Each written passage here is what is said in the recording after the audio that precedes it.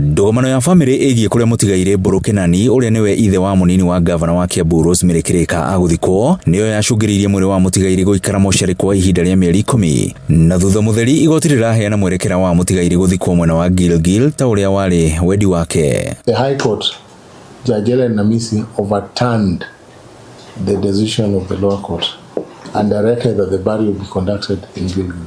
So that is what has caused all these things. That a lot of media are misled on the issues that led to the judge making the decision. The decision was made on the basis that Mburu Kinani had chosen his burial place as Gilgil.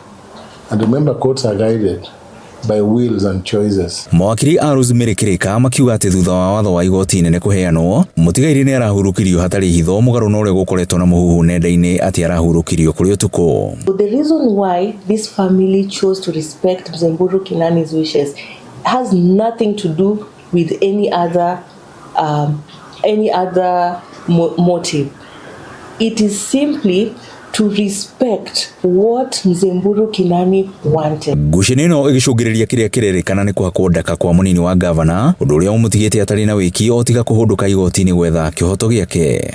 Gwitũ twina denari amaitu na ariũ amaitu na ithuothe twi mugwanja no ni ukuona ati onakorwo ni tini ndirabanga maundu macio mabangagwo ni family yothe na clan. Ori maragia uhoro wa Rosemary, maragia uhoro wa deputy governor itondo wa position yakwa no nginya riu twende ma verify maundu macio makoretwo makiuga igoti-ini na ni undu ucio nie ni ngwira advocates akwa mathie mambere mambike cira uria witagwo defamation. Augite ngucanio ni icungiriirie baba wao kwaga kuheo gitio kiiganu gia kuhurukio na njira ina gitio kiria arabatie kia muthia.